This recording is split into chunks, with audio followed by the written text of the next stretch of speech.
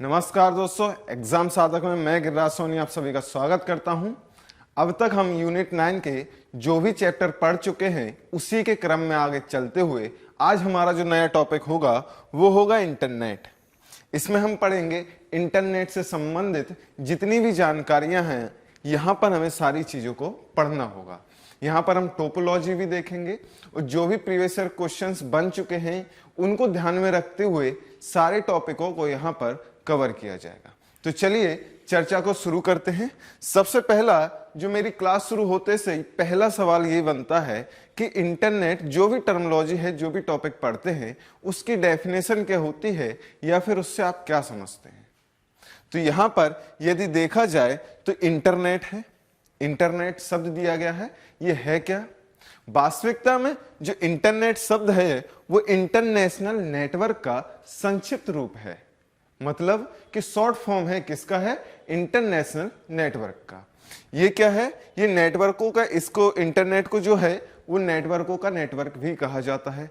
क्यों कहा जाता है? क्योंकि ये अपने इंटरनेट के द्वारा या फिर अपने नेटवर्क के द्वारा दुनिया के जितने भी जो नेटवर्क्स होते हैं वो आपस में उनको जोड़ता है। तो इसलिए इसे नेटवर्कों का भी नेटवर्क कहा जाता है। और आधुनिक समय में इसकी उपयोगिता को देखते हुए इसे आधुनिक या संचार क्रांति का युग भी कहा जाता है। जो युग आज के समय में चल रहा है जिसमें हम इंटरनेट का बहुतायत से जो इस्तेमाल कर रहे हैं, जो हमारी डेली यूज में आ गया है इंटरनेट, हर एक चीज में, हर एक क्षेत्र में हमें इंटरनेट की आवश्यकता पड़ने लग गई है। इन सारी वजहों से इन्हें संचार क्रांति का युग भी इसे कहा जाता है। तो ये थे इंटरनेट से संबंधित आपके 3-4 जो फैक्ट हैं वो। क्योंकि ये सिंपल क्वेश्चन जब बनाना होगा तो ये डायरेक्ट यही क्वेश्चन आपसे पूछा जा सकता है। और दुनिया का सबसे बड़ा नेटवर्क भी है क्या? इंटरनेट। ठीक है, अब चलते हैं आगे इसी क्रम में और शुरू करते हैं यहाँ की पृष्ठभूमि कि कहाँ से इंटरनेट की शुरुआत हुई है और कहाँ कहाँ क्या क्या डेवलपमेंट हमें यहाँ पर देखने को मिले हैं। तो देखते हैं 1936 के आसपास 1936 में प्रोफेसर जेसी लिकलाइडर ने सबसे पहले इंटरनेट की स्थापना की थी। किसने की थी? लिकलाइडर ने, जेसी लिकलाइडर ने। ठीक है, इसीलिए इन्हें इंटरनेट का जनक भी कहा जाता है। क्या कहा जाता है? इंटरनेट का जनक भी कहा जाता है। किसे कहा जाता है? जेसी लिकलाइडर को। ठीक है, ये क्वेश्चन बन चुका है, कई बार बन चुका है और आगे भी संभावनाएं बनी रहती हैं कि इस प्रकार के क्वेश्चन आपसे पूछ लिया जाए कि इंटरनेट का जनक किसे कहा जाता है। तो वो कहा जाता है जेसी लिकलाइडर को। अब आते हैं 1957 में अमेरिका ने जो है आरपा की स्थापना की। आरपा क्या थी? आरपा एडवांस रिसर्च प्रोजेक्ट एजेंसी, जिसे हमने आरपा शॉर्ट फॉर्म में कहा। अब यहां पर आपको 2 चीजें याद रखनी होंगी। पहली चीज ये है कि आरपा का फुल फॉर्म क्या है। दूसरी बात यह है कि आरपा की स्थापना की किसने थी? वो अमेरिका ने की थी। और यहां पर आरपा से क्वेश्चन बन जाता है, इसकी डेट भी पूछ लेता है। तो कब की गई थी? आरपा की स्थापना की गई थी 1957 में। एक चीज और मैं आपको बता दूं, आरपा और आरपानेट दोनों अलग अलग चीजें हैं, यहां पर हमें मिक्स नहीं करना है। आरपा की स्थापना 1957 में की थी अमेरिका ने।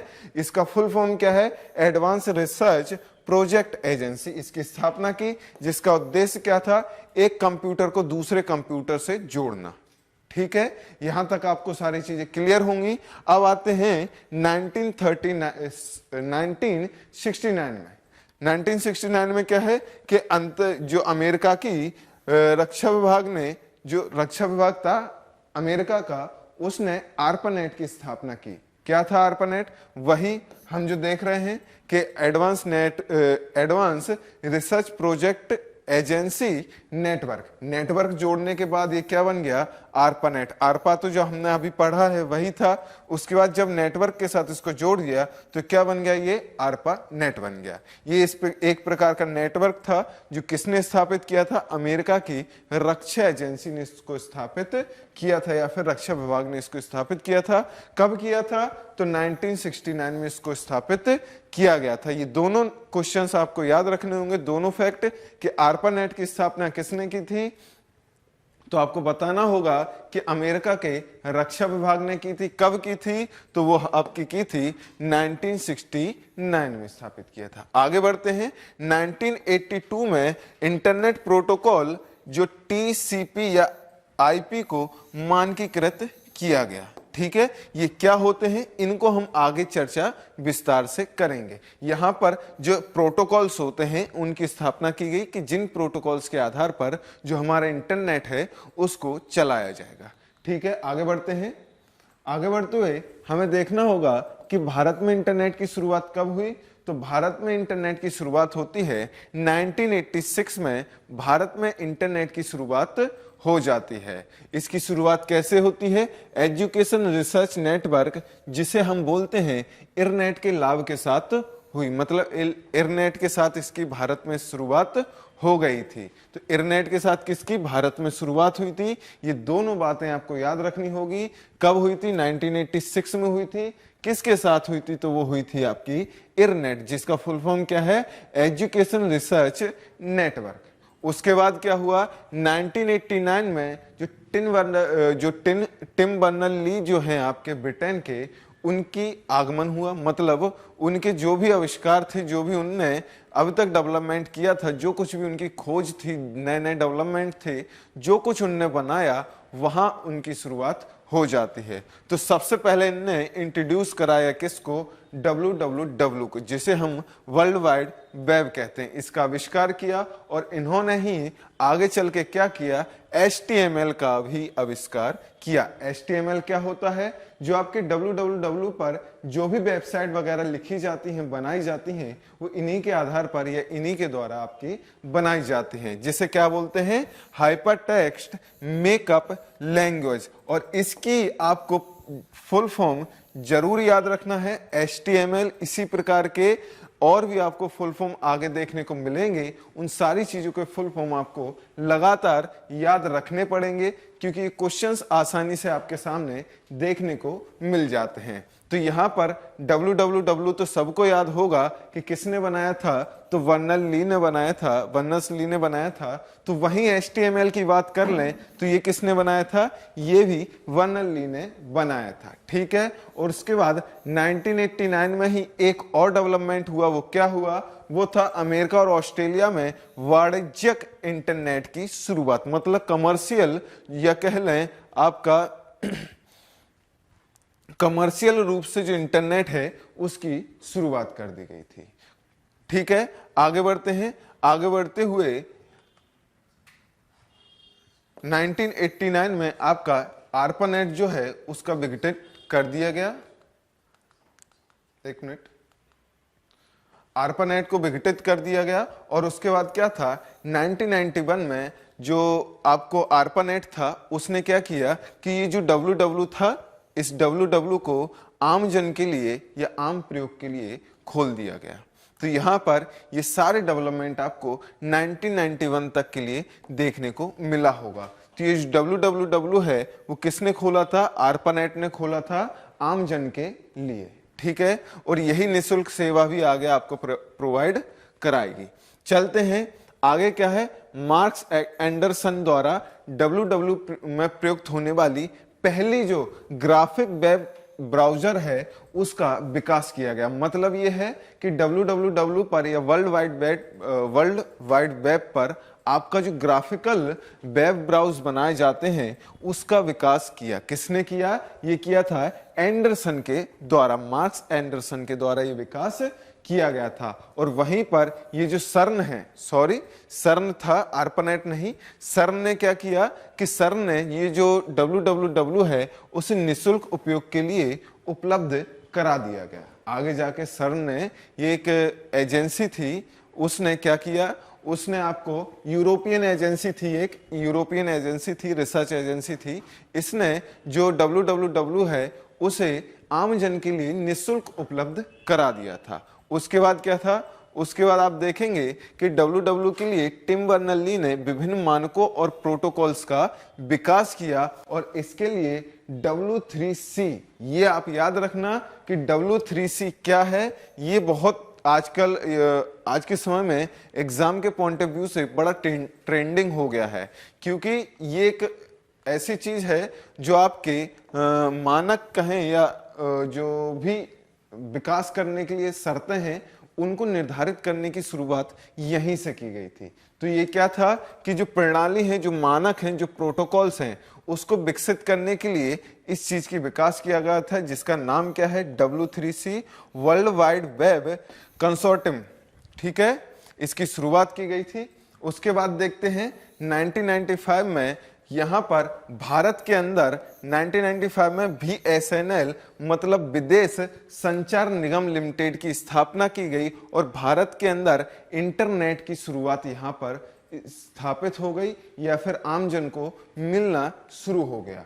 उसके बाद क्या है कि 2000 में क्या हुआ, ये जो आपके एलन मस्क साहब हैं, इन्होंने एक प्रोजेक्ट लॉन्च किया जिसका नाम क्या था, स्टार लिंक प्रोजेक्ट था। और ये इंटरनेट का सबसे बड़ा प्रोडक्ट है जो क्या करेगा कि आम जन के लिए लोगों को हाई स्पीड डाटा प्रदान करेगा। तो ये सारी चीजें थी आपकी, ये सारे डेवलपमेंट यहां पर हमने देख लिए हैं। जो क्या है 16 मई 2000 में स्पेस एक्स कंपनी की स्थापना की एलन मस्क ने और क्या स्टारलिंक परियोजना को शुरू किया, जो विश्व में सबसे बड़ी इंटरनेट परियोजना होने वाली है।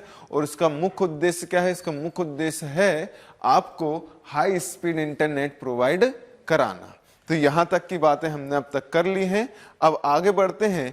आगे बढ़ते हुए हमें देखना होगा कि इंटरनेट जो है वो किस प्रणाली पे काम करता है। इंटरनेट तो हमें समझ में आ गया कि जो नेटवर्क हम इस्तेमाल करते हैं उसको हम कहते हैं, और जिसके अंतर्गत हम अपने नेटवर्क का इस्तेमाल करते हैं कई सूचनाओं को प्राप्त करने के लिए या सूचनाएं भेजने के लिए, प्राप्त करने के लिए किया जाता है। ये जो इंटरनेट है वो क्लाइंट सर्वर मोड पर काम करती है। ये बहुत ज्यादा इंपॉर्टेंट फैक्ट है कि आपसे यदि पूछ लिया जाए कि जो इंटरनेट है वो किस प्रकार से काम करता है, तो वो करता है क्लाइंट सर्वर मोड पर काम करता है। इसमें क्या होता है, सर्वर अपने से जुड़े हुए उपयोगकर्ताओं को, मतलब ये है कि सर्वर किसे कहते हैं, क्लाइंट किसे कहते हैं, इन दोनों टर्मों को आपको आज समझना होगा।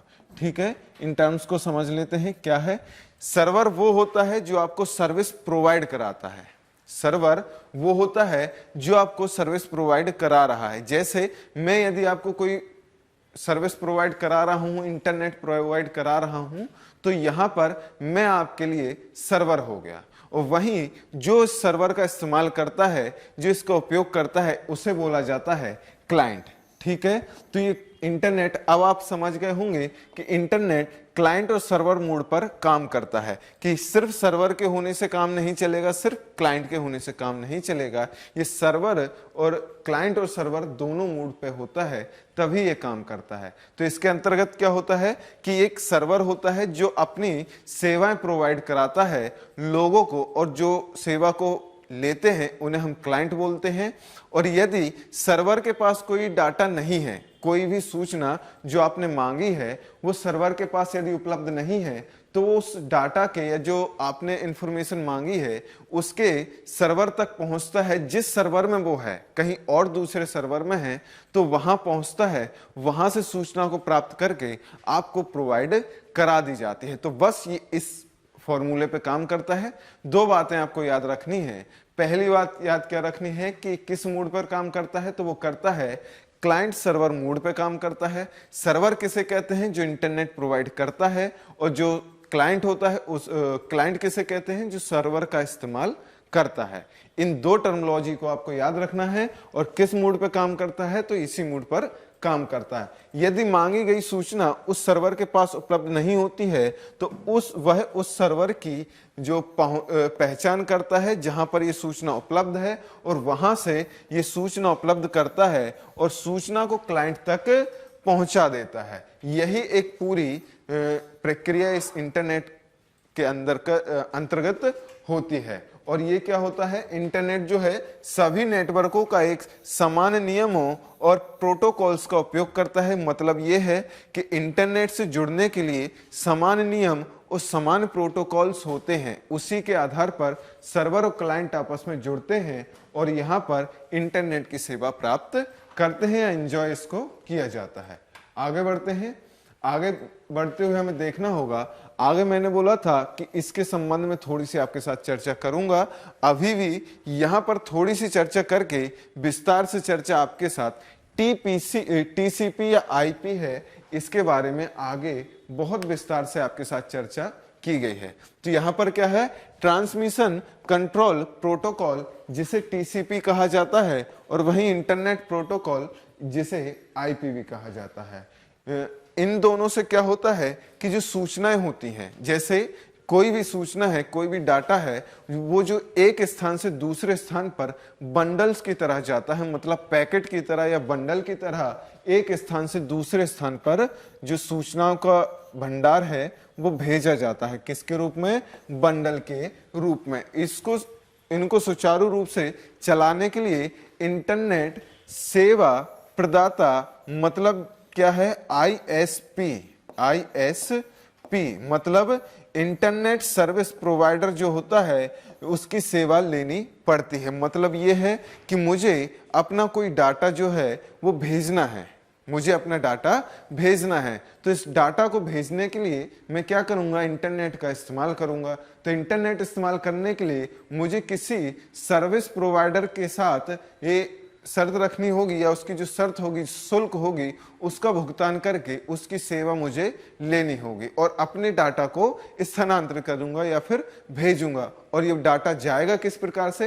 ये बंडल के रूप में, पैकेटों के रूप में यहां से एक स्थान से दूसरे स्थान पर जाता है। पैकेट या बंडल के रूप में एक स्थान से दूसरे स्थान पर जाता है, और जिसके लिए हम कुछ शुल्क भी चुकाते हैं। आगे बढ़ते हैं, आगे बढ़ते हुए देखेंगे। अब देखें कंप्यूटर नेटवर्क को। कंप्यूटर नेटवर्क क्या है कि कंप्यूटर नेटवर्क जो है वो दो रूप से काम करता है। पहला होता है सर्वर के आधार पर, और दूसरा हम वर्गीकृत करते हैं, वो करते हैं क्षेत्र के आधार पर। क्योंकि कंप्यूटर नेटवर्क के भी कई रूप होते हैं। क्षेत्र के आधार पर आपने सुना होगा लैन, वैन, कैन, ये सारी चीजें, हैन भी है आज के समय में, ये सारी चीजें आप सुनते होंगे। ये किस आधार पर वर्गीकृत किए जाते हैं? ये किए जाते हैं आपके क्षेत्र के आधार पर। वहीं यदि सर्वर के आधार पर देखा जाए तो सर्वर के आधार पर क्या होता है? सर्वर के आधार पर पीयर टू पीयर होता है, और दूसरा होता है क्लाइंट और सर्वर। ये दो आधार होते हैं जिनके अंतर्गत सर्विस को, जो इंटरनेट नेटवर्क की सर्विस है, वो आपको प्रोवाइड कराई जाती है। तो पीयर टू पीयर में क्या होता है? इसमें प्रत्येक पीयर का एक अपना डाटा होता है। मतलब यहां पर आप देख पा रहे होंगे, ये जो चित्र नंबर पहला है, ये पीयर टू पीयर के लिए है। इसमें क्या होता है? इसमें हर एक पीयर के लिए अपना एक स्वयं का डाटा होता है, जिसके अंदर क्या किया जाता है, ये काम करता है। आप देखेंगे कि इसका डाटा स्वयं का है, इसका भी अपना स्वयं का डाटा है। इसी प्रकार से ये आपस में पेयर बनाते हुए जुड़े रहते हैं, जिनमें डाटा का स्थानांतरित किया जा सकता है। वहीं यदि आप देखेंगे क्लाइंट सर्वर में, इसके अंतर्गत डाटा को स्टोर करने के लिए सेंट्रलाइज्ड सर्विस की जरूरत होती है। सेंट्रलाइज्ड सर्विस का मतलब यह है कि एक मुखिया होता है। यहाँ पर कोई मुखिया नहीं होता है, सब अपने अंतर्गत मुखिया होते हैं। पेयर टू पेयर मतलब पेयर पेयर में ये सारी चीजें चलती है। वहीं यहाँ पर क्लाइंट सर्वर को देखेंगे तो यहाँ पर एक सेंट्रलाइज सर्विस होता है, सर्वर होता है, उसी के द्वारा अन्य जो कंप्यूटर हैं या क्लाइंट जो हैं वो जुड़े रहते हैं और इसकी सेवा को लेते हैं। तो ये हो जाता है आपका क्लाइंट सर्वर प्रकार का नेटवर्क। वहीं आप देखेंगे कि क्षेत्र के आधार पर नेटवर्क को देखना हो तो यहां पर भी कई प्रकार से बांटा जाता है। एक होता है लैन। लैन क्या होता है? लोकल एरिया नेटवर्क, जिसका क्षेत्र क्या होता है? बहुत सीमित होता है। यह एक निश्चित क्षेत्र और छोटे भौगोलिक क्षेत्र के लिए बनाया जाता है, जो कि लगभग कितने किलोमीटर के अंतर्गत होता है? 1 किलोमीटर के अंतर्गत होता है। यहाँ पर किलोमीटर मायने नहीं रखता है, मायने रखता है कि इसका दायरा कैसा होता है। तो इसका दायरा सीमित होता है, छोटा होता है, ठीक है। इसमें कंप्यूटर को आपस में जोड़ने हेतु प्रयुक्त किए जाने वाले नेटवर्क होते हैं। इस नेटवर्क में किसी एक व्यक्ति या किसी एक ऑर्गेनाइजेशन के द्वारा मैनेज किया जा सकता है। मतलब यह है कि मैं अपने संस्थान के अंदर लगा दूं कोई एक सर्वर, और वो सर्वर जो लगा होगा मेरे संस्थान में वो किस प्रकार का होगा? वो एक तो होगा लैन प्रकार का, किस प्रकार का होगा? लैन के प्रकार का होगा, क्योंकि मेरे ऑफिस में ये काम करेगा, मेरे लोकल एरिया में जो है वो काम करेगा, मेरा क्षेत्र यदि बड़ा है तो। ठीक है, तो उसमें कौन होगा? लैन होगा। और यदि आपसे ये पूछा जाए कि जो ईथरनेट है वो किसके ऊपर काम करता है, तो वो लैन के आधार पर ही काम करता है, या लैन में ईथरनेट ही काम करता है। इसको प्रयोग कहाँ करते हैं? बिल्डिंग्स में, स्कूल, घर और ऑफिस में इसका प्रयोग किया जाता है। तो लैन क्या है? लैन छोटे एरिया के लिए या फिर लोकल एरिया नेटवर्क कहा जाता है। उसके बाद आ जाता है आपका वैन। वैन क्या है? वैन है वाइल्ड एरिया नेटवर्क। यह एक विस्तृत भूभाग में या विस्तृत क्षेत्र में उपयोग में लाया जाता है, जैसे महाद्वीप, संपूर्ण विश्व में इसको उपयोग में लाया जाता है। तो जो आज के समय में इंटरनेट है वो कैसा है? इंटरनेट जो है वो एक वैन है। क्या है? वैन है। इंटरनेट जो है वो वैन है। उसके बाद आ जाते हैं मैन। मैन क्या होता है? ये मेट्रोपॉलिटन एरिया, जो कि क्या होता है कि जो सिटी होती हैं, मेट्रोपॉलिटन का मतलब ये होता है बहुत बड़ी बड़ी सिटी, मेट्रो सिटीज जिसे बोलते हैं, उसके अंतर्गत इन नेटवर्क्स को लगाया जाता है। इसमें क्या होता है कि कई सारे लाइनों को जोड़ दिया जाता है। जैसा आपको पता होगा कि लाइन जो है छोटे छोटे एरिया के लिए बना दी जाती है। उसके बाद क्या होता है कि कई सारे लाइन को जोड़कर, कई सारे लाइन को आपस में जोड़कर क्या बना दिया जाता है? एक मैन बना दिया मैन बना दिया जाता है।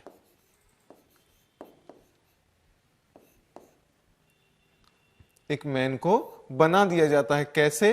कई सारे लाइन को जोड़ने के बाद। ठीक है, अब आ जाते हैं इसमें बड़े भूभाग को, क्षेत्र को, लगभग कितना 100 किलोमीटर के क्षेत्र को आपस में जोड़ा जा सकता है। ये किसके अंतर्गत आते हैं? मैन के अंतर्गत आते हैं। यहां से मैं क्वेश्चन आने की जो प्रवृत्ति है या क्वेश्चन किस प्रकार से बनते हैं उनको मैं समझा देता हूं। अभी आपसे मैंने क्या बोला था? लैन सबसे छोटा होता है, लेकिन वहां जो ऑप्शंस होंगे उसके आधार पर आपको छोटे व जो बड़े होंगे उनका निर्धारण करना होगा। जैसे आप मान के चलिए कि उसमें लैन नहीं आया, उसमें आ जाता है कैन, मैन और वैन, ये तीन आ जाते हैं, और आपसे पूछा जाए कि यहां पर सबसे छोटा कौन सा है, तो वहां पर आपका कैन सबसे छोटा होगा। क्यों होगा? क्योंकि वो कैंपस एरिया के लिए बनाया जाता है। और वहीं आपसे लैन, कैन और मैन पूछ लिया जाए, तो इनमें यदि आपसे पूछा जाए कि सबसे बड़ा कौन है, तो सबसे बड़ा अभी तक हमने वैन पढ़ा था, लेकिन अब वैन ना होके मैन आपका सबसे बड़ा वाला जो नेटवर्क है, नेटवर्क एरिया है, नेटवर्क क्षेत्र है, वो बन जाएगा। तो इस प्रकार से ये जो क्वेश्चंस बनेंगे वो केवल ऑप्शंस के आधार पर हमें समझना होगा कि कौन सा छोटा है और कौन सा बड़ा एरिया है। क्योंकि हैन जब आ जाएगा तो हैन तो बहुत छोटे क्षेत्र के लिए, होम के लिए बनाया जाता है। चलिए कैन देखते हैं। कैन क्या है? कैंपस एरिया नेटवर्क है। इसका एक और नाम है कंट्रोल एरिया नेटवर्क, और इसे और क्या बोलते हैं? क्लस्टर एरिया नेटवर्क भी इसे बोला जाता है। इसमें भी क्या होता है कि मल्टीपल लैन नेटवर्क के द्वारा जोड़कर एक लिमिटेड एरिया के लिए क्या किया जाता है? इस कनेक्शन को, नेटवर्क कनेक्शन को बना दिया जाता है। ऐसा नेटवर्क जो कैंपस को कनेक्ट करने का काम करे उसे हम बोलते हैं कैन। यहां पर कैन क्या है? इसको कॉर्पोरेट एरिया नेटवर्क भी कहा जाता है। ये कैंपस क्या होते हैं? किसी कॉलेज के कैंपस में आपने देखा होगा कि कॉलेज का जो कैंपस होता है बहुत बड़ा क्षेत्र होता है, लैन की अपेक्षा बड़ा होता है और मैन की अपेक्षा छोटा होता है, तो ये बीच का हो जाता है कैन। इसमें क्या होता है? किसी कैंपस के लिए बड़े बड़े स्कूल या कॉलेज या यूनिवर्सिटी के जो कैंपस होते हैं उनके अंदर इनको लगाया जाता है। और किस प्रकार से लगाया जाता है? बहुत सारे लैन को आपस में जोड़कर इनको बनाया जाता है। ठीक है, चलिए आगे देखते हैं। पैन क्या है? पैन जो है पर्सनल एरिया नेटवर्क है।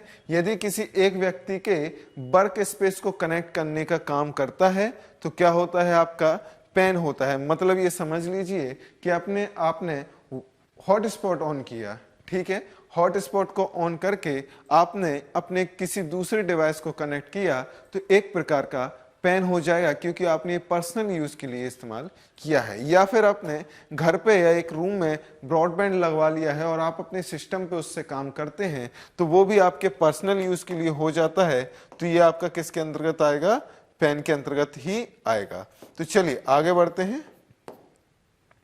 आगे बढ़ते हुए देखें, यदि किसी एक व्यक्ति के वर्क स्पेस को कनेक्ट करने का काम करता है और यह बहुत सारे नेटवर्क डिवाइस के बीच डाटा ट्रांसमिशन का काम भी करता है। कि जैसे देखिए कि आप ब्लूटूथ जो ऑन कर देते हैं वो भी एक पेन का उदाहरण हो जाता है। ये क्या करता है कि बहुत सारे डिवाइस को कनेक्ट भी कर सकता है, डाटा ट्रांसफर भी करता है। तो ये भी एक नेटवर्क ही है, नेटवर्क के थ्रू इसको जोड़ा जाता है, जैसे आपका ब्लूटूथ। उसी प्रकार से हॉटस्पॉट भी हो जाता है, जिसके अंतर्गत इनको हम जोड़ते हैं। चलिए वैन देखते हैं, डब्ल्यू लैन देखते हैं। डब्ल्यू लैन देखते हैं क्या है, वायरलेस लोकल एरिया नेटवर्क। इसमें क्या किया जाता है, यह बिना वायर के एक क्षेत्र में कंप्यूटर को जोड़ने का काम करता है। वही है कि इस संस्थान में, यदि मैं इस संस्थान में या किसी लोकल एरिया में वायर वाला नहीं, वायरलेस ब्रॉडबैंड लगा दिया जाए, जिसमें वायर के थ्रू कनेक्ट नहीं होते हैं, हम वाईफाई के थ्रू कनेक्ट करते हैं, तो वो कैसा हो जाता है, वायरलेस हो जाता है। और हम जब वायरलेस कनेक्शन करते हैं इंटरनेट के साथ, तो वो डब्ल्यू लैन के अंतर्गत आता है, जिसमें क्या होता है कि लोकल एरिया में जो होता है, ये जो कनेक्शन होता है, डिवाइस कनेक्ट होते हैं, या आपकी जो कंप्यूटर कनेक्ट होते हैं, जो कंप्यूटर जोड़े जाते हैं, वो वायरलेस तरीके से इनको जोड़ा जाता है। इनको LAWN local area wireless network भी कहा जाता है। ठीक है, उसी प्रकार से अगला आपका है हैन। हैन क्या है, होम एरिया नेटवर्क। एक घर में प्रयुक्त होने वाले कंप्यूटर को जोड़ने के लिए हैन को बनाया जाता है। ठीक है, चलते हैं आगे। चलिए आगे बढ़ते हैं। प्रोटोकॉल्स। प्रोटोकॉल क्या होता है, देखिए जैसे नियमों का एक समूह होता है, प्रोटोकॉल ये समझ लीजिए कि उनका एक संविधान है। किसका, आपके इंटरनेट का एक संविधान है कि उन्हीं प्रोटोकॉल्स के आधार पर वही नियमावली होगी, उसी के आधार पर काम करेगा। तो क्या होता है प्रोटोकॉल, सबसे पहले आपको ये ध्यान रखना होगा, प्रोटोकॉल क्या है, नियमों का एक समूह होता है, जिसको क्या कहा जाता है, प्रोटोकॉल कहा जाता है। इन्हीं प्रोटोकॉल के आधार पर हम इंटरनेट का इस्तेमाल करते हैं, इंटरनेट का डेवलपमेंट करते हैं, इंटरनेट का इस्तेमाल, प्रयोग, ये सारी सर्विस देना, सर्विस लेना और उसका डेवलपमेंट जो है वो कुछ प्रोटोकॉल्स होते हैं, कुछ नियम होते हैं, उन्हीं के आधार पर कर सकते हैं, वो वही प्रोटोकॉल्स होते हैं। चलिए प्रोटोकॉल्स होते कितने प्रकार के हैं, तो हमें देखना होगा कि पहला प्रोटोकॉल क्या है, HTTP। मतलब क्या है, हाइपर टेक्स्ट ट्रांसफर प्रोटोकॉल। इसके द्वारा क्या होता है कि जैसे आप समझिए इंटरनेट से हम क्या करते हैं, इंटरनेट से पहला तो करेंगे हम कि भैया डाटा ट्रांसफर करेंगे, ठीक है, फाइल ट्रांसफर करेंगे, ईमेल भेजेंगे, यही सारे काम तो करते हैं, कुछ चीज डाउनलोड करेंगे। तो इन सारी चीजों को करने के लिए हमारे पास कुछ प्रोटोकॉल्स होते हैं, कुछ नियम होते हैं, जिनके आधार पर ही हम कर सकते हैं। कुछ चीजें होती हैं जो डाउनलोड नहीं कर सकते, प्रोटोकॉल्स के अगेंस्ट होती है, या कुछ चीजें ट्रांसफर नहीं कर सकते, नियम होते हैं, उसी आधार पर ये बनाए जाते हैं। यह www पर हाइपर टेक्स्ट डॉक्यूमेंट को एक स्थान से दूसरे स्थान पर भेजने के लिए प्रयुक्त होने वाला सर्वाधिक लोकप्रिय ट्रांसफर प्रोटोकॉल है। तो यहां पर आप देख रहे होंगे हाइपर टेक्स्ट ट्रांसफर प्रोटोकॉल। तो इसमें क्या होगा कि जो डॉक्यूमेंट्स होते हैं, हाइपर टेक्स्ट डॉक्यूमेंट्स होते हैं, उनको एक स्थान से दूसरे स्थान पर भेजने के लिए, उनको ट्रांसफर करने के लिए HTTP प्रोटोकॉल का इस्तेमाल किया जाता है। इसमें क्या होता है, इसमें वेब सर्वरों से डाटा आदान प्रदान करने के कुछ नियम हैं, उन्हें तय किया जाता है। इस प्रोटोकॉल के आधार पर वेब सर्वर का पता लगता है और उसे डेटा के साथ कैसे व्यवहार करना है यह भी पता लग जाता है। इसका मतलब यह है कि जो सर्वर होता है उसे पता लग जाता है कि जो डाटा है वो कहां से आ रहा है, क्यों आ रहा है, इसका क्या इस्तेमाल करना है, इन सारी चीजों का पता लग जाता है। यह प्रोटोकॉल क्लाइंट सर्वर प्रिंसिपल पर काम करता है। मतलब यह है कि जिस क्लाइंट के द्वारा इसका इस्तेमाल किया गया है उसके आधार पर ही ये काम करते हैं। तो किस आधार पर काम करते हैं, ये बहुत ही अच्छा आपके सामने फैक्ट देखने को मिल रहा है। वो क्या है कि प्रोटोकॉल जो है वो किस पे काम करता है, वो करता है क्लाइंट सर्वर प्रिंसिपल पर काम करता है। तो HTTP पे यदि पूछ लिया जाए, ये आप लिख लेना अपने नोट्स में कहीं भी कि ये वाला आपको फैक्ट बहुत ही कम जगह, ये ऐसा हो सकता है कि नहीं मिले, आप बहुत सर्च करने के बाद ही आपको ये फैक्ट मिलेगा। तो चलिए आगे बढ़ते हैं। अगला प्रोटोकॉल क्या है, TFTP प्रोटोकॉल, मतलब फाइल ट्रांसफर प्रोटोकॉल। इसमें क्या होता है, इसके अंतर्गत क्या किया जाता है, इसका प्रयोग एक सिस्टम से दूसरे सिस्टम में फाइल को ट्रांसफर करने के लिए इस प्रोटोकॉल का इस्तेमाल किया जाता है। ठीक है, फाइल ट्रांसफर करने के लिए इस प्रोटोकॉल का इस्तेमाल किया जाता है। इसके अंतर्गत हमें देखना होगा, इसके अंतर्गत क्या होता है, इसके द्वारा फाइल में डाटा, टेक्स्ट, ग्राफ, चित्र, ऑडियो, वीडियो आदि चीजों को तेज गति से एक स्थान से दूसरे स्थान पर या एक कंप्यूटर से दूसरे कंप्यूटर में भेजा जा सकता है और डाउनलोड और अपलोड भी किया जा सकता है। अब आ जाते हैं SMTP। ये बहुत ही ज्यादा आपका इंटरनेट के अंतर्गत महत्वपूर्ण प्रोटोकॉल हो जाता है। इसके अंतर्गत क्या होता है, इसके अंतर्गत सिंपल मेल ट्रांसफर प्रोटोकॉल इसका फुल फॉर्म है। इसके अंतर्गत जो हम मेल भेजते हैं वही आता है। मेल जिस प्रोटोकॉल में भेजा जाता है वो किस प्रोटोकॉल में भेजा जाता है, SMTP प्रोटोकॉल में इसको भेजा जाता है। इसका प्रयोग ईमेल भेजने के लिए किया जाता है। इस प्रोटोकॉल के द्वारा ईमेल भेजने के नियमों का निर्धारण किया जाता है। तो SMTP आपसे सिंपली पूछा जा सकता है, तो सबसे पहले आपको इसका फुल फॉर्म याद रखना होगा कि इसका फुल फॉर्म क्या होता है, तो वो होता है सिंपल मेल ट्रांसफर प्रोटोकॉल। और वहीं यदि ये पूछ लिया जाए कि मेल भेजने के लिए किस प्रोटोकॉल का इस्तेमाल किया जाता है, तो ना तो आपका FTP है ना HTTP है, वो कौन सा है, SMTP प्रोटोकॉल का यहाँ पर इस्तेमाल किया जाता है। अब आ जाते हैं TCP क्या है, ट्रांसमिशन कंट्रोल प्रोटोकॉल। इसमें क्या होता है, किसी भी संदेश को पैकेटों की श्रृंखला में विभाजित करता है और गंतव्य तक, यह मंतव्य लिखा हुआ है, गंतव्य तक इसको पहुंचाने पर पैकेट फिर से मूल रूप से या मूल क्रम में पहुंच जाता है। मतलब ये है कि मतलब ये समझ लीजिए कि सबसे पहले क्या है, एक हम जो फिजिक्स में पढ़ते हैं या फिर कह लें इलेक्ट्रॉनिक्स में पढ़ते हैं, आगे इंटरनेट में भी पढ़ेंगे, जब हमारे इलेक्ट्रॉनिक्स आएगा उसमें पढ़ा जाता है कि जब कोई भी डाटा जो होता है एनालॉग होता है उसे डिजिटल में बदलते हैं और डिजिटल में वो एक स्थान से दूसरे स्थान जाता है और वहां पहुंच के जो डिजिटल डाटा है वापस से एनालॉग में परिवर्तित हो जाता है। उसी प्रकार से TCP क्या करता है कि किसी भी संदेश को पहले पैकेटों के रूप में बदलता है और जहां पहुंचाना है वहां पहुंचा के और फिर उन पैकेटों को वापस से जिस संदेश में था, टेक्स्ट में था, जो भी था, उसमें वापस से बदल दिया जाता है, फिर से मूल रूप से बदल दिया जाता है। यह अपना कार्य IP के साथ मिलकर करता है, जो प्रत्येक कंप्यूटर के लिए एक विशिष्ट नाम या फिर IP एड्रेस का निर्धारित करता है। तो इसे क्या कहा जाता है, इसलिए इसे TPC या IP भी कहा जाता है। अब आते हैं IP क्या होता है, तो IP आपका होता है इंटरनेट प्रोटोकॉल। ये क्या है, यह इंटरनेट से जुड़ी हुई डिवाइस का एक विशिष्ट पता है। मतलब ये है कि आपका जो आधार कार्ड है वो आपकी पहचान है, आपका आधार आपकी पहचान। उसी प्रकार से ये जो सिस्टम होते हैं, प्रत्येक सिस्टम का अपना एक IP एड्रेस होता है, वही उसकी पहचान होती है। जैसे यूनिक नंबर आपका आधार कार्ड में है, उसी प्रकार से यूनिक नंबर IP एड्रेस में होता है, IP में होता है। इसमें क्या है, ये किसी भी डिवाइस की एक पहचान होती है कि इसमें कौन सा डिवाइस कनेक्टेड है। डिवाइस के लिए IP जो डिजिट हैं वो निर्धारित किए जाते हैं, वो प्रदान किए जाते हैं। और ये IP प्रदान कौन करता है, ये भी अभी मैं आपको बताऊंगा। यह इंटरनेट से जुड़े हुए डिवाइस का एक विशिष्ट पता होता है। मतलब जो डिवाइस इससे जुड़ा हुआ है उसका एक विशिष्ट पता है, एक यूनिक आइडेंटिटी होती है। ठीक है, यह विशिष्ट पता इंटरनेट से जुड़े हुए इंटरनेट सर्वर प्रोवाइडर जो होते हैं उनके द्वारा क्लाइंट को दी जाती है। जो डिवाइस इससे कनेक्ट है उसको दिया जाता है। मतलब यह है कि आधार कार्ड में जो आपको आधार नंबर दिया गया है वो किसके द्वारा दिया गया है, UDI द्वारा दिया गया है।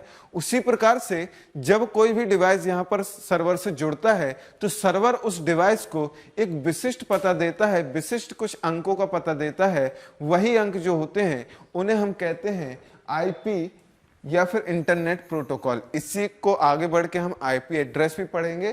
ठीक है, इंटरनेट पर दो कंप्यूटर का IP एड्रेस समान नहीं हो सकता। मतलब ये है कि IP एड्रेस जो है, जो नंबर जो होते हैं, IP नंबर जो होते हैं, वो कभी भी दो कंप्यूटर के एक समान नहीं हो सकते हैं। अब आगे बढ़ते हुए आगे चलते हैं। अगला क्या है, IP एड्रेस है। तो वो क्या है, internet server, internet protocol address या इंटरनेट पर कंप्यूटर की विशेष पहचान के लिए अंकीय पता होता है। मतलब डिजिट में आपको कुछ नंबर दे दिए जाते हैं, जैसे आपको आधार नंबर दे दिया गया है 12 अंकों का, उसी प्रकार से यहाँ पर आपको आईपी एड्रेस दे दिया जाता है। यह विशेष पता इंटरनेट से जुड़े हुए आईएसपी सर्वर द्वारा दिया जाता है। वही मतलब है इंटरनेट सर्वर प्रोवाइडर जो होता है उसके द्वारा ये आपको आईपी एड्रेस दे दिया जाता है। इंटरनेट पर जुड़ने के लिए दो कंप्यूटरों का जो आईपी एड्रेस है वो कभी भी सेम नहीं हो सकता है। यदि किसी कंप्यूटर को स्थायी आईपी एड्रेस दे दिया जाए, यहां पर एक बात रुक जाना कि किसी भी कंप्यूटर को यदि स्थायी आईपी एड्रेस दे दिया जाता है तो उसे क्या बोलते हैं, स्टैटिक आईपी एड्रेस कहा जाता है। और वहीं कुछ कंप्यूटर ऐसे होते हैं जो बार बार जोड़ते हैं और बार बार इनका आईपी एड्रेस बदलता रहता है, तो उन्हें हम कहते हैं डायनेमिक आईपी एड्रेस। क्या कहा जाता है, डायनेमिक, मतलब जब जब वो जुड़ेगा तब तब उसका आईपी एड्रेस चेंज होता रहेगा, मतलब वो स्थायी नहीं होता है। जितनी बार जुड़ेगा उतनी बार नया आईपी एड्रेस उसे मिल जाएगा। वहीं क्या होता है, कुछ जो डिवाइस होते हैं, कंप्यूटर होते हैं, क्लाइंट जो होते हैं, उन्हें प्रॉपर या परमानेंट आईपी एड्रेस, एक स्थायी आईपी एड्रेस दे दिया जाता है, उसे हम स्टैटिक आईपी एड्रेस कहते हैं। वो भी ऐसा नहीं है, आपको ये कंफ्यूज नहीं होना है कि अगर स्थायी दे दिया तो इसका रिपीट हो सकता है, नहीं हो सकता। आईपी एड्रेस कभी भी रिपीट नहीं हो सकते, मतलब सेम नहीं हो सकते कि आपका और मेरा आईपी एड्रेस सेम हो, कभी सेम नहीं हो सकती, हमेशा अलग अलग होंगे। यदि आपको स्थायी दे दिया गया है तो ये वाला आईपी एड्रेस अब किसी और को प्रोवाइड नहीं कराया जाएगा, तो स्थायी वालों को क्या बोलते हैं, स्टैटिक बोला जाता है। वहीं जो हर बार बदलते हैं उन्हें डायनेमिक आईपी एड्रेस भी कहा जाता है। अब आगे चलते हैं, जो बहुत ही ज्यादा महत्वपूर्ण हो जाता है, इससे क्वेश्चन भी आपका बन चुका है, वो क्या है, टोपोलॉजी। टोपोलॉजी क्या होती है, टोपोलॉजी के अंदर ये नेटवर्क जोड़ने की एक नोड होता है, टर्मिनल होता है, उनको आपस में जोड़ने के जो तरीका होता है उसे बोला जाता है टोपोलॉजी। टोपोलॉजी होते क्या है, एक भौतिक संरचना होती है जिसके द्वारा सर्वर जो है आपस में जुड़े रहते हैं। कौन कौन से होते हैं, एक स्टार टोपोलॉजी होती है, बस टोपोलॉजी होती है, रिंग टोपोलॉजी, ट्री टोपोलॉजी होती है, और उसी प्रकार से मैश टोपोलॉजी होती है। इसमें हम कुछ टोपोलॉजी को अभी पढ़ लेंगे स्लाइड के अंतर्गत, और कुछ रहेंगी उनको भी मैं आपको बताते जाऊंगा। तो चलिए शुरू करते हैं। पहली कौन सी है, स्टार टोपोलॉजी।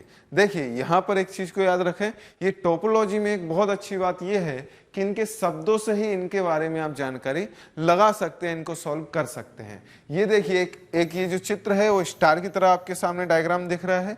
इसमें क्या है कि एक क्या होता है, एक सर्वर जो होता है, हब जिसे बोलते हैं, वो सेंटर में होता है, और इसी के द्वारा सारे जो सर्वर होते हैं वो आपस में, क्लाइंट जो होते हैं आपस में जुड़े होते हैं। यहां पर एक चीज को याद रखना कि यदि किसी एक क्लाइंट का कनेक्शन टूट जाता है तो बाकी के क्लाइंट पर कोई भी असर नहीं पड़ता है, बाकी के सर्वर के ऊपर कोई असर नहीं पड़ता है यदि एक कोई शाखा या एक कोई ब्रांच टूट जाती है। वहीं यदि इसकी हानि की बात कर लें तो इसका सबसे बड़ा घाटा यही है कि यदि सेंटर का जो हब है वही खराब हो गया, उसने रिस्पॉन्स करना बंद कर दिया, वही काम नहीं कर रहा है, तो ये सारी टोपोलॉजी जो है वो फेल हो जाती है। तो यही होती है आपकी स्टार टोपोलॉजी।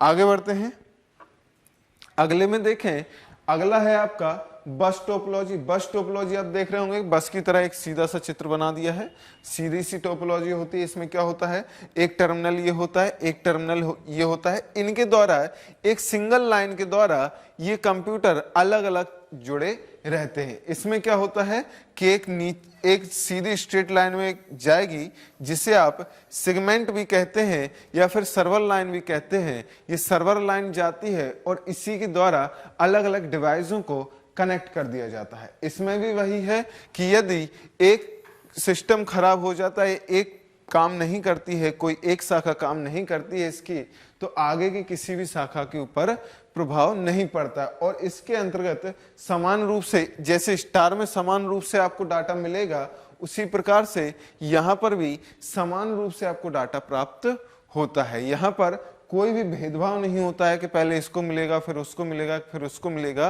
कोई भी भेदभाव नहीं होता है।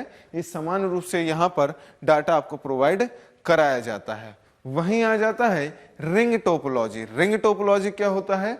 रिंग टोपोलॉजी आप देख पा रहे होंगे कि एक रिंग की तरह एक टोपोलॉजी बनती है, जहां पर एक सर्वर होता है, सर्वर के द्वारा दूसरा सिस्टम जुड़ता है, दूसरे से फिर अगला जुड़ता है, उससे फिर अगला जुड़ता है, उससे फिर अगला जुड़ता है, और फिर ये वापस से आके सर्वर के द्वारा जुड़ जाता है। तो यहां पर ये टोपोलॉजी नई प्रकार की बन जाती है। इसके अंतर्गत क्या होता है कि रिंग के रूप में एक टोपोलॉजी को बना दिया जाता है। सभी नोड एक दूसरे से रिंग या लूप के रूप में जुड़े होते हैं। बस टोपोलॉजी के अंतिम दो बिंदुओं को, मतलब आपने देखा होगा कि बस टोपोलॉजी क्या थी, एक ऐसी टोपोलॉजी थी, और यदि इन्हीं को आपस में ऐसे करके जोड़ दिया जाए, मतलब ये कैसी हो जाएगी, गोल हो जाएगी, तो ये बन जाती है आपकी रिंग टोपोलॉजी। ठीक है, यहां पर क्या होता है, एक जो सिस्टम होता है उससे दूसरे सिस्टम में डाटा को ट्रांसफर किया जाता है। ठीक है, यहां तक आपको चीजें क्लियर हुई होंगी। अब आ जाता है अगला मैश टोपोलॉजी। मैश टोपोलॉजी क्या होता है? ये एक बहुत ही विचित्र प्रकार की और बहुत ही कठिन टोपोलॉजी हो जाती है। इसमें क्या हो जाता है कि सारे जो कंप्यूटर हैं, जो सिस्टम होते हैं, जितने भी क्लाइंट होते हैं, सर्वर जो होते हैं, वो आपस में, सर्वर जो होते हैं वो आपस में मैश रूप से जुड़े होते हैं। मतलब मैं इससे भी जुड़ा, मैं उससे भी जुड़ा, मैं उससे भी जुड़ा, और वो मुझसे भी जुड़ा, वो भी मुझसे जुड़ा, वो भी मुझसे जुड़ा, वो किसी और से भी जुड़ा, उससे जुड़ा, उससे जुड़ा। मतलब ये है कि यहाँ पर कोई एक निश्चित नहीं होता है। प्रत्येक सिस्टम जो होता है हर एक सर्वर के साथ जुड़ा होता है।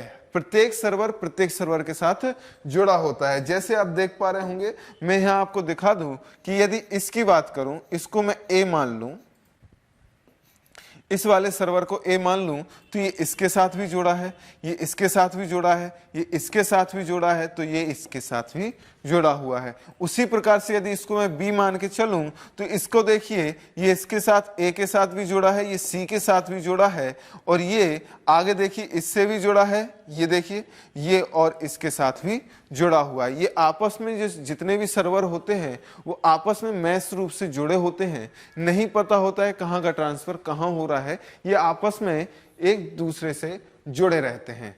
अब अगले में देखें, अगला कौन सा था? अगला आपका जो छूट रहा है वो है ट्री टोपोलॉजी। ट्री टोपोलॉजी क्या होती है? ये एक पेड़ की तरह होती है, एक पेड़ की तरह ही टोपोलॉजी को बनाया जाता है। इसमें ट्री टोपोलॉजी एक पेड़ की तरह टोपोलॉजी बनाई जाती है। इसमें क्या होता है कि एक मेन सर्वर हो जाता है, उसी के द्वारा ये शाखाओं के रूप में, इस प्रकार से मान के चल लीजिए कि ये एक हो गया आपका, ये मेन हब हो गया, ये मेन हब हो जाता है। इससे कोई एक सर्वर ए जुड़ा है, इससे कोई सर्वर बी जुड़ जाएगा, इसी से सर्वर सी जुड़ जाएगा, इससे फिर अगला डी जुड़ जाएगा, और इससे अगला फिर ई जुड़ जाएगा। मतलब जैसे आपकी पेड़ की शाखाएं होती हैं, एक शाखा से अगली शाखा निकल जाती है, अगली से अगली, उसी प्रकार से इस टोपोलॉजी में क्या होता है कि एक हब होता है, उससे अगली शाखा निकलता है, अगला सर्वर, उस सर्वर से और सर्वर जुड़ जाते हैं, और ये एक पेड़ नुमा संरचना ले लेती है, एक ट्री नुमा संरचना ले लेती है। इसीलिए इसे ट्री टोपोलॉजी भी कहा जाता है। तो ये थी आपकी आज की क्लास। इसमें आज हमने इतना ही पढ़ा, और यही आपके लिए सफिशिएंट था, और बाकी की चीजें जितनी भी होंगी वो आपकी अगली क्लासों में देख लिया जाएगा। तो आज के लिए इतना ही। आप सभी का बहुत बहुत धन्यवाद। आपका दिन शुभ रहे।